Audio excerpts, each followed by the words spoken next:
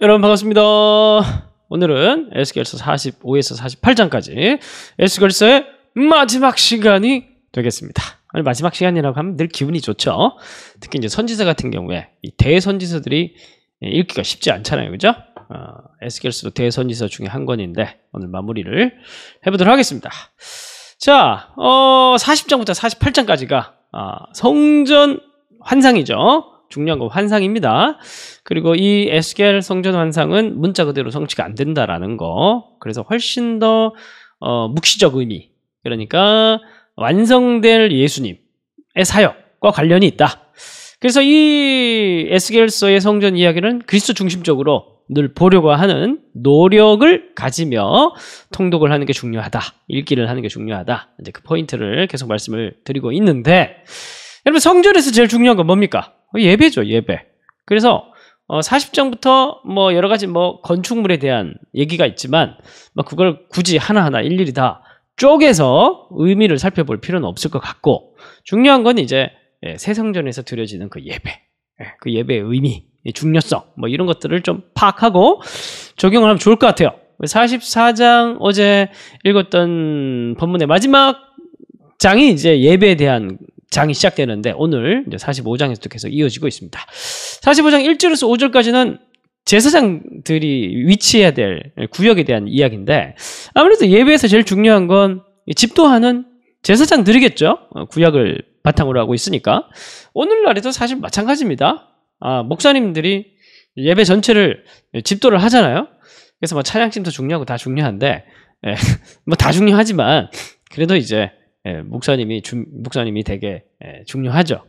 그래서 우리가 사실 목사님들이 더 말씀에 집중할 수 있도록 뭐 사택도 제공하고 뭐 그러는데, 뭐 이 말씀이 그 말씀은 아닙니다. 그 말씀은 아닌데, 그만큼 모든 집중이 이제 예배에 지금 향하도록 해야 된다. 이제 그런 게 오늘 본문에서의 핵심이라고 볼 수가 있겠습니다.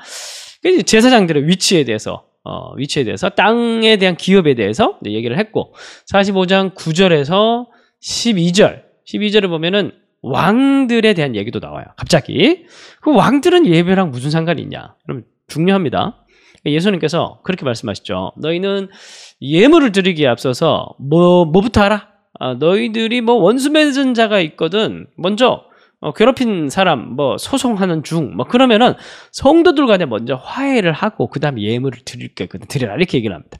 무슨 말이냐면 예물을 받으시는 게 하나님이시잖아요, 그죠? 그런데 이 두 사람이 같이 예물을 드리는데, 이 두 사람 다 하나님의 백성이고 두 사람 다 같이 예배를 드리고 있는데 두 사람의 원수 관계야. 그러나 하나님이 안 받으신다는 거예요. 우리는 이제 뭐 하나님을 눈먼 신으로 생각해서는 안 됩니다. 하나님 인격적이신 분이시고 우리의 왕이시고 통치자이시고 우리의 주인이십니다. 그렇기 때문에 우리끼리 서로 사이좋게 지내는 거 너무너무 중요해요. 같은 예배자들끼리, 하나님의 백성들끼리 서로 문제가 없이, 서로 원함이 없이, 서로 뭐 복수심 없이 서로 용서하고 화해하고 사랑하고, 그게 예배와 직결되는 문제라는 겁니다. 그래서 45장 9에서 12절 보면 이런 바른 예배를 위해서 제사장도 위치도 중요한데 왕의 역할도 중요하다는 거예요. 그 왕의 역할은 뭐냐면은 백성의 속에 빼앗지 않고 9절에 보면 정의와 공평을 행하는 것이다, 이렇게 얘기를 합니다. 그리고 백성들은 또 중요한 게 뭐냐 하면 16절에 보면은 예물을 이스라엘의 군주에 드리고, 그 시스템 유지를 위해서 본인들의 역할을 감당해야 되는 거예요. 그래서 우리가 느헤미야서를 보면 백성들이 그 시스템에 충성스럽게 의무를 감당하지 않아서 레위인들이 다 도망가서 자기 밭에서 밭 깔고 있고 성전이 황폐하게 되어 있는 그런 모습을 보이잖아요. 그리고 우리가 예배에 집중하기 위해서 뭘 해야 되는 겁니까? 성도들끼리 맘상하지 않고 사이좋게 지내야 되고, 목회자들이 또 적절하게 예배에 집중하도록 만들기 위해서 환경들을 조성해 줘야 되고, 그리고 또 우리 교회에 여러 가지 많은 시스템이 있죠. 그 시스템이 너무 복잡해지면은 예배가 경직돼요, 오히려. 예배에 적절한 역동성을 유지하면서도 그 예배가 적절하게 늘 신경 쓸 필요 없이 유지될 수 있게 만들기 위해서 뭐 공간도 필요하고 뭐 직분자들도 필요하고 다 필요한 거예요. 근데 그 모든 것들이 다 어디를 향해 있다고요? 핵심이 하나님을 향한 예배에 향해져 있다라는 겁니다. 예배에 방해되는 것은 다 필요 없어요, 사실은. 만약 예배에 뭔가 직분이나 시스템, 프로그램 이런 게 방해되면 다 필요 없는 거예요. 예배가 핵심이기 때문에. 예? 예배가 핵심이기 때문에. 그래서 예를 들어서 제자 훈련 한다고 예배를 못 드린다. 예를 들어서. 그럼 제자 훈련 없애버려야 되는 거예요. 예배가 제일 중요한 거예요.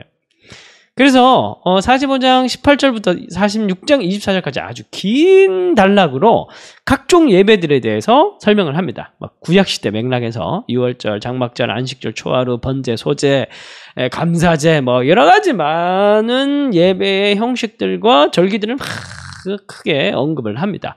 무슨 말이냐면 백성들의 의무, 왕의 의무, 제사장의 의무, 이 모든 것들은 다 어디를 향해 있는 겁니까? 바로 이 예배에 향해져 있는 겁니다. 그럼 또 이 예배에 목숨을 걸어야 된다. 또 이런 사람 튀어나오는데 이게 또 예배 우상화가 되는 거죠. 그렇다고 해서 예배가 전부는 아닙니다. 하나님이 전부죠.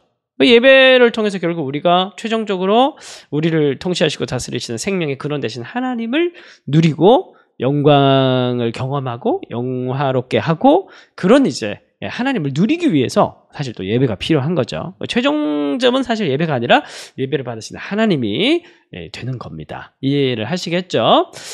그래서 이제 47, 8장에서는 우리가 이제 그 유명한 그 성전에서 나오는 물 쫙쫙 흘러 넘쳐가지고 미리 말씀드리면 이 성전의 동쪽에서 물이 흘러나옵니다. 동쪽은 늘 출구죠. 거기서 물이 막 흘러나오면 큰 강이 흐르고 이 강이 남쪽으로 흐른다고 해요. 47, 8장 보면. 여러분 그 예루살렘을 중심으로 해서 남쪽은 어디입니까? 그럼 밑에 내려오면 이제 사해 바다가 있고 막 그래요. 요단 계곡을 타고 그다음 바다로 흘러가요. 여러분 이때 당시에도 사해가 바다가 있었거든요. 이때는 훨씬 컸어요. 지금도 예루살렘 가보면 사해 유다 이스라엘 가보면 사해 바다가 길쭉하게 엄청 깁니다. 사해 바다가 진짜 길고 커요. 진짜 이 강이라고 하기에는 커. 그런데 이 바다에는 물고기가 살지 않죠. 그래서 그런데 이 47장에 나오는 이 물이 흘러서 이 물이 어디까지 갑니까? 바다에 흘러 들어가고 이 바다를 살려버려요. 그래서 사해바다에 물고기가 살기 시작하고 이제 그런 비전들을 보여줍니다. 어쨌든 다 이제 상징적인 비유긴 한데 결국 중요한 건 앞에 그렇게 우리가 예배를 회복하고 그리고 우리가 하나님을 예배를 통해서 하나님을 만나서 이 온전한 예배를 회복한 이제 우상 숭배가 없는 온전한 예배를 회복한 그 하나님의 백성들이 이제 세상을 향해서 나가면 어떻게 되는 거예요? 세상을 살리는 그런 하나님의 백성들이 된다라는 겁니다. 그래서 이 성전이 살아나는 거 너무너무 중요하죠. 교회가 살아나는 거, 하나님의 백성이 살아나는 거. 우리를 살리신, 근데 이제 47장에서 얘기하는 성전이라는 것은 예수님이죠. 우리가 생수의 강이 되신, 생명의 근원 되신 예수님 안으로 들어가서 온전한 예배를 회복하고 우리가 회복이 되면은 세상을 살리는 그런 하나님의 백성이 통로가 되겠죠. 그런 얘기가 47, 8장에 있습니다. 그래서 47장 6절을 보면은 이제 불어난 강이 이제 나무를 심이 많게 만들고 그래서 47장 8에서 12절을 보면은 아까 말씀드렸듯이 사해를 치료해서 어떻게 이 사해가 살아날 수 있겠습니까? 여러분 사해 바다 가보시면은 꼭 여러분 전쟁 끝나면 성지순례 꼭 한번 가보세요. 저는 한 3번이나 가봤습니다. 가보면 사해 바다에 딱 누우면 둥둥 뜹니다. 소금기가 너무 강해가지고 그래서 혹시 잘못해서 뒤집어지면 눈에 소금물이 들어가서 눈을 못 떠요. 눈이 아파가지고. 네, 그 정도로 소금물이 염인데 거기가 살아날 거라고 살아날 물고기가 살 거라고 상상을 할 수가 없는 그런 바다예요. 그런데 그런 기적 같은 일이 이제 예수를 통해서 살아난 하나님의 백성을 통해 이 세상 가운데 벌어지게 될 그 비전을 새 성전의 비전을 진짜 성전의 비전을 보여주고 있는 것입니다. 그래서 47장 이제 13절부터 35절까지 47장이 아니라 48장 13절부터 35절까지는 이제 지파들에 대한 분배, 민수기에 나오는 그런 분배가 나오는데 이게 새 이스라엘에 대한 얘기를 하는 거죠. 새 가나안. 그러니까 새 가나안은 뭐예요? 예수 그리스도. 그 새로운 가나안에 살게 될 새 성전 새 이스라엘의 비전에 대해서 얘기를 하고 있는 겁니다. 마지막 핵심 구절은 48장 35절입니다. 다 같이 읽겠습니다. 그 사방의 합계는 18,000척이라. 그날 후르는 그 성읍의 이름을 여호와 삼마라 하리라. 여호와 삼마의 뜻은 여호와께서 거기 계시다. 하나님이 임마누엘 한 곳은 바로 뭐냐? 성전인 것이죠. 바로 하나님께서 함께 하시고 임재하시는 바로 그곳이다. 결론입니다. 예수 안에는 지금도 철철 흘러넘치는 생명의 강이 있습니다.